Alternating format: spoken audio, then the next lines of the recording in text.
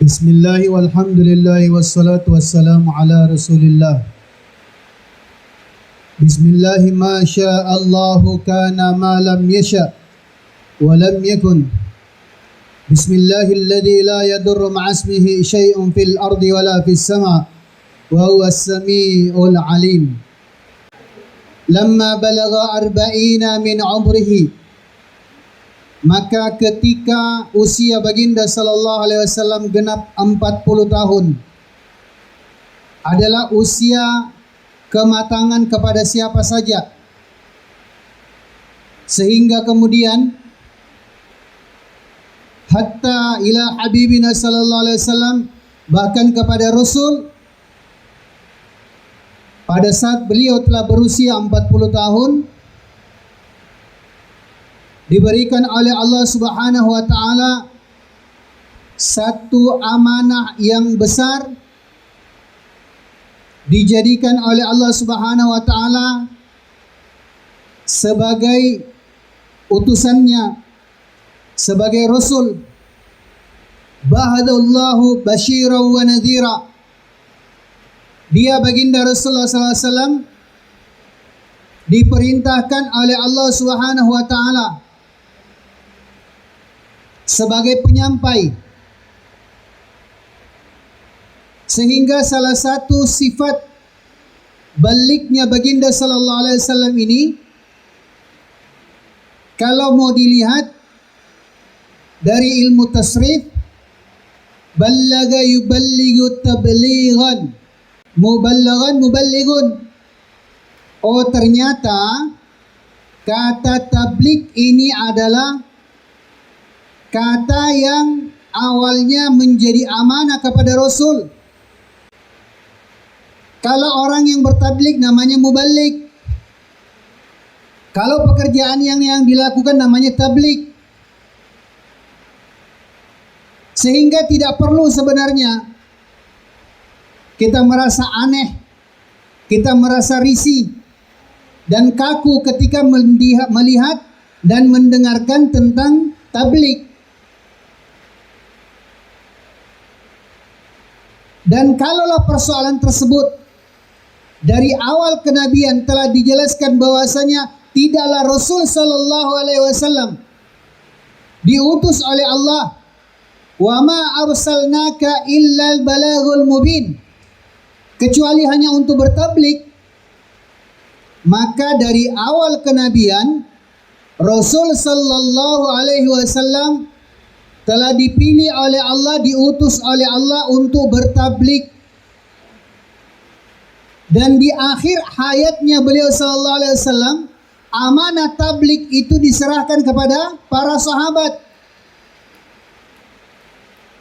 Asbabun nuzul daripada ayat yang menjelaskan tentang al-yauma akmaltu lakum dinakum wa atmamtu alaikum ni'mati wa raditu lakumul Islam madina, maka Rasul sallallahu alaihi wasallam pada saat itu menjelaskan kepada para sahabat, falyuballigh minkumus syahidul ghaib, hendaklah orang yang melihat Rasul, yang bersama dengan Rasul pada hari haji wada pada saat itu, hendaklah mereka bertabligh kepada orang-orang yang tidak hadir di haji wada perpisahan dengan Rasul pada saat itu. Timbul pertanyaan, adakah kita hadir di situ? Tidak. Bapak kita, kakek kita, sampai generasi yang ketiga pun juga mereka tidak hadir. Yang hadir pada saat itu hanyalah para sahabat. Diperintahkan oleh Rasul, diserahkan amanah itu agar supaya mereka bertabligh. Ballighu anni walau ayat. Sampaikanlah dariku, kata Rasul, meskipun itu dari satu ayat, dari satu kalimah yang kalian telah fahami, maka sampaikan itu. Para muhadditsin beliau menjelaskan, satu ayat ini yang dimaksudkan adalah la ilaha illallah. Hendaklah kalian mengajak kepada manusia agar supaya bagaimana mereka ini bisa selamat. Selamat mereka di dunia dan selamat mereka di akhirat keselamatan ini itu hanyalah ketika seseorang berpegang teguh dengan kalimat tauhid, berpegang teguh dengan la ilaha illallah. Para sahabat saat itu pun juga dia nyatakan kepada Rasul, "Ya Rasulullah, akankah kami menjadi muballigh? Akankah kami bertablik? Mampukah kami? Pantaskah kami untuk bertablik?" Maka Rasul sallallahu alaihi wasallam menjelaskan kepada para sahabat, "Rubba muballagin au amin sami'."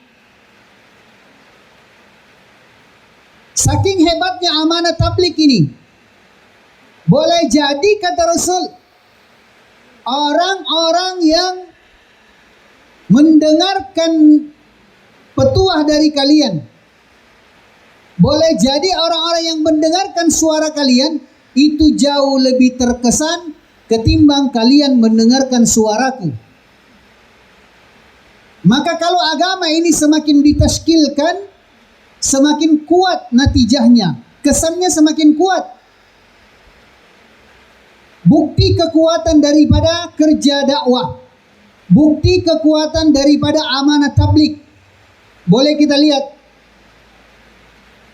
nabi-nabi terdahulu ketika menyeru manusia kepada Allah, ada di antara mereka yang bahkan tidak mendapatkan pengikut. Ada yang mendapatkan pengikut hanya bilangan beberapa orang saja. Ada yang pengikutnya hanya dalam kerabat keluarganya saja. Ditentang, dicaci dan sebagainya. Ini nabi. Bahkan Nabiullah Nuh alaihi salatu wassalam dijelaskan beliau bertablik berapa lama? Alfasanatin illa khamsina amah. Dijelaskan Nabiullah Nuh alaihi salatu wassalam beliau bertablik selama 950 tahun. Alfasana 1000 tahun illa khamsina dikurangi 50. 950 tahun Nabiullah Nuh alaihi salatu wassalam beliau bertablik. Yang menjadi pengikutnya cuma berapa orang? 83 orang saja. Berarti setiap 110 tahun hanya satu orang yang ikut dengan ajakannya. Sementara hari ini kita lihat, kita kirimkan jemaah yang mantan preman, kita kirimkan jemaah yang mana dia dulu ini orang yang tidak tahu agama, dia datang membujuk, merayu dan sebagainya. Satu kampung orang masuk Islam, satu kampung orang-orang memakmurkan masjid. Sebagai bukti bahwasanya apa yang disampaikan oleh Rasul kepada para sahabat, rubba muballagin au amin sami, dibuktikan oleh Allah. Tidak perlu harus menunggu sampai ratusan tahun. Dengan usaha 3 hari saja preman sudah bisa disadarkan, dan dengan usaha 3 hari yang telah ditempuh oleh preman, preman pun juga bisa menyadarkan preman yang lain menjadi sebab hidayah. Pada hakikatnya bukan dia yang menyadarkan, tetapi Allah pandang usahanya, Allah Subhanahu wa taala jadikan dia sebagai sebab hidayah, sebab kebaikan bagi yang lain. Sehingga kemudian dalam kitab ini dijelaskan apa yang dilakukan oleh Rasul dalam bertablik. Basyiran wa nadhira. Basyiran wa nadhira, dengan metode dakwah yang jelas. Metodenya apa? Metode yang perlu kita lakukan di dalam dakwah itu yakni targhib dan tarhib. Inilah metode yang telah dibuat oleh Rasul sallallahu alaihi wasallam. Basyiran wa nadhira, memberikan kabar gembira, dengan tarhib, memberikan fadilah dan keutamaan, dan memberikan targhib, memberikan ancaman, menyampaikan kepada seseorang ini tentang kasih sayang Allah, kecintaan Allah, balasan yang diberikan oleh Allah Tetapi jangan lupa bahwasanya siksa yang disiapkan juga kepada orang-orang yang ingkar jauh lebih pedih lagi. Tapi ternyata ada satu metode dakwah yang bahkan para masyayikh kita tidak menganjurkan kita untuk melakukan metode itu. Ada metode terghib, ada metode tarhib, dan yang terakhir adalah metode tadhak. Metode melucu, metode mapak ketawa-tawa. Kenapa? Karena dengan sebab melucu, dengan sebab mapak ketawa-tawa, ini akan mengeraskan hati. Akan menjadikan seseorang ini susah untuk bertaubat, susah untuk menyesali dosa-dosanya. Mendengarkan tausiah, mendengarkan wejangan, untuk kemudian hanya menjadi tertawaan saja, hanya menjadi bualan, akan sangat sulit untuk menjadi sebab hidayah. Tapi kalau kemudian kita berusaha dengan metode yang dilakukan oleh Rasul, sesekali kita menyampaikan fadilah, sesekali kita menyampaikan ancaman, maka inilah yang kemudian menjadi sebab apa yang dibuat oleh Rasul sallallahu alaihi wasallam ini menjadikan Yathrib menjadi Al-Munawwarah, wada'iyan, dan mengajak orang-orang ilal haqqi, kepada kebenaran, mengajak manusia ini kepada Allah, bukan mengajak manusia kepada manusia, mengajak manusia ini kepada makhluk, menyampaikan kepada mereka tentang persoalan-persoalan yang ada di sekitarnya. Sangat bijak sekali bahasa yang disampaikan oleh Masyaikh kita Maulana Ibrahim rahimahullah, hafizahullah. Beliau katakan, jangan dan tidak perlu dekatkan manusia kepada makhluk. Dekatkanlah mereka ini kepada Al-Khaliq. Dekatkanlah mereka ini kepada Allah.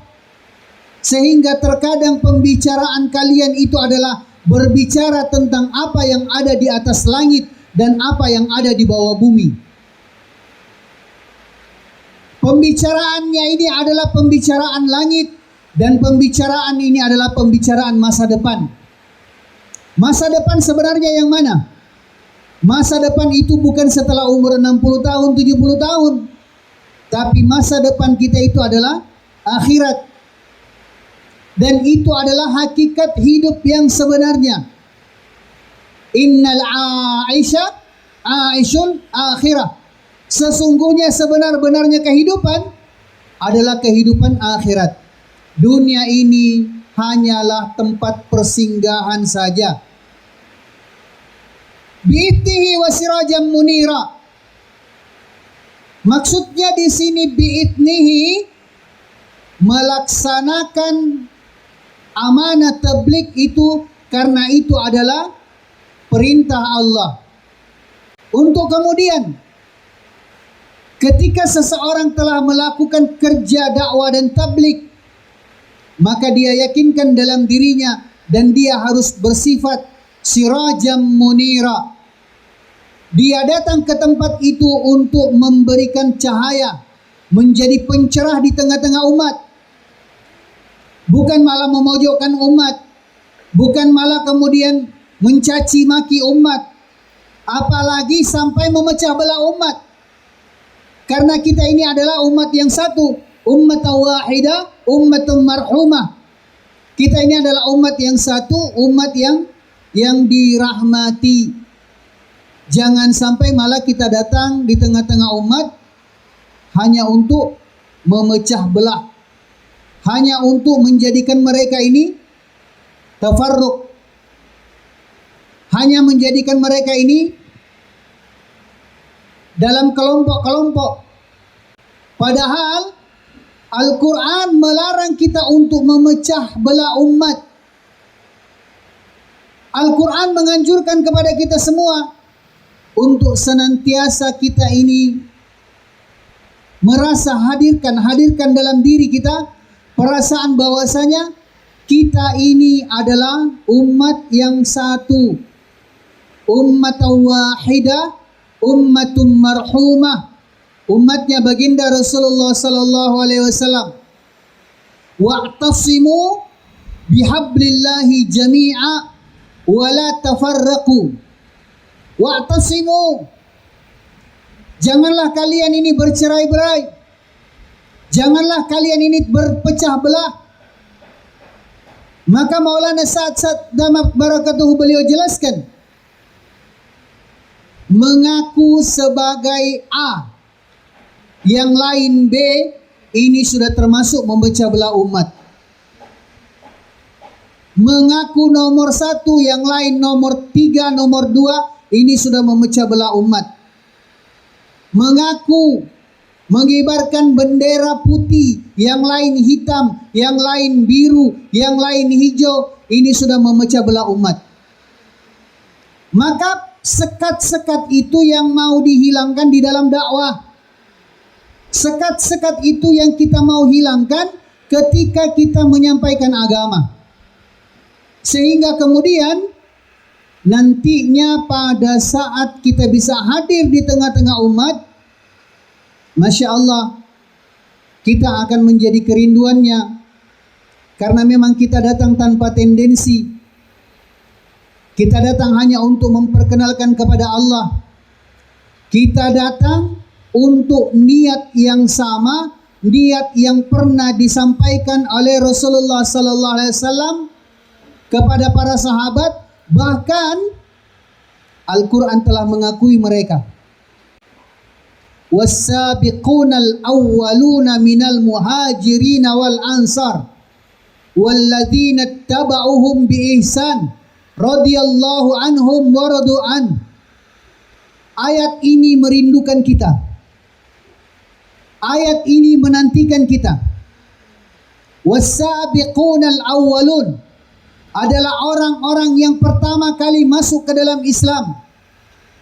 Minal muhajirin, yang kemudian mereka mempersiapkan dirinya untuk berhijrah, meninggalkan Makkatul Mukarramah, meninggalkan tanah kelahirannya, membawa harta yang dimilikinya.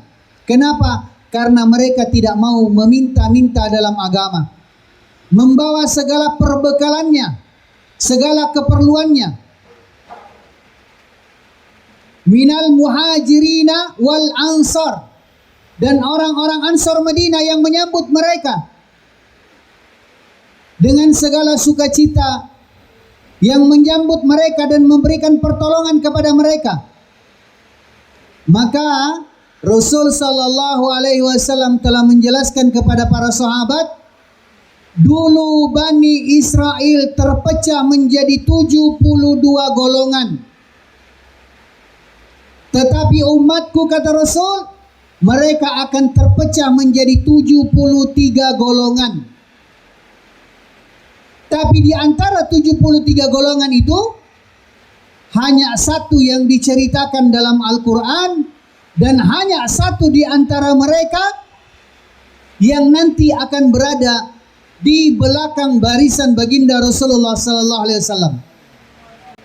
Sampai-sampai kan orang-orang hari ini ngotot. Mereka mengatakan kamilah yang satu itu, kamilah yang satu itu, kamilah yang satu itu. Mengaku. Cukupkah dengan pengakuan? Tidak. Ternyata Rasulullah sallallahu alaihi wasallam menjelaskan siapa yang satu itu. Yang satu itu adalah Ahlus Sunnah wal Jamaah. Akhirnya semua mengaku kamilah Ahlus Sunnah, kamilah Ahlus Sunnah, kamilah Ahlus Sunnah dan sebagainya. Buat bendera Ahlus Sunnah. Adakah dengan seperti itu? Tidak cukup hanya dengan seperti itu. Yang dimaksudkan di sini adalah meskipun dia tidak buat pamflet, meskipun dia tidak buat selebaran, meskipun dia tidak buat status, tidak buat kartu nama, ID card dan sebagainya, yang dilihat adalah adakah itu wujud di dalam hatinya? Adakah itu nyata di dalam kerja dakwah yang dilakukannya? Walladzina tabauhum, Maka ternyata ayat ini merindukan kita. Kita masuk di dalam kerinduan ini. Walladzina tabauhum, dan orang-orang yang mengikuti mereka dengan baik. Maksud ikuti dengan baik ini adalah niatnya kita lihat, caranya kita lihat, metodenya kita jalankan. Maka insya Allah kita masuk ke dalam golongan ayat orang-orang yang dinantikan. Walladzina tabauhum bi ihsan, yang merindukan kita adalah Al-Quran. Yang dimasukkan dalam kriterianya di sini adalah walladzina tabauhum, dan orang-orang yang mau mengikuti mereka bi ihsan dengan baik. Radhiyallahu anhum wa radu'an, Allah Subhanahu wa taala ridho kepada mereka dan mereka juga ini ridho kepada Allah Subhanahu wa taala.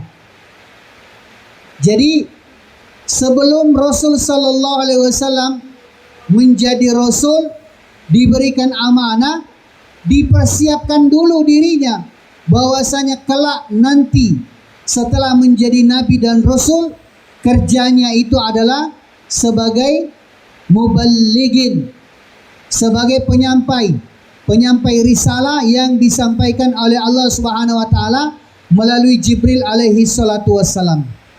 Wallahu a'lam bishawab. Cukup insyaallah. Kita akan lanjutkan pekan depan. Ya, mudah-mudahan cuaca nantinya akan mendukung sehingga ya pengajian kita pun juga bisa dibuat lebih lama, lebih tuntas kajiannya. Al-haqqu min rabbik fala takunanna minal mumtarin. Subhanakallahumma wa bihamdika nashhadu an la ilaha illa anta nastaghfiruka wa natubu ilaik. Subhana rabbika rabbil izzati amma yasifun wa salamun alal mursalin walhamdulillahi rabbil alamin. Wassalamu alaikum warahmatullahi wabarakatuh.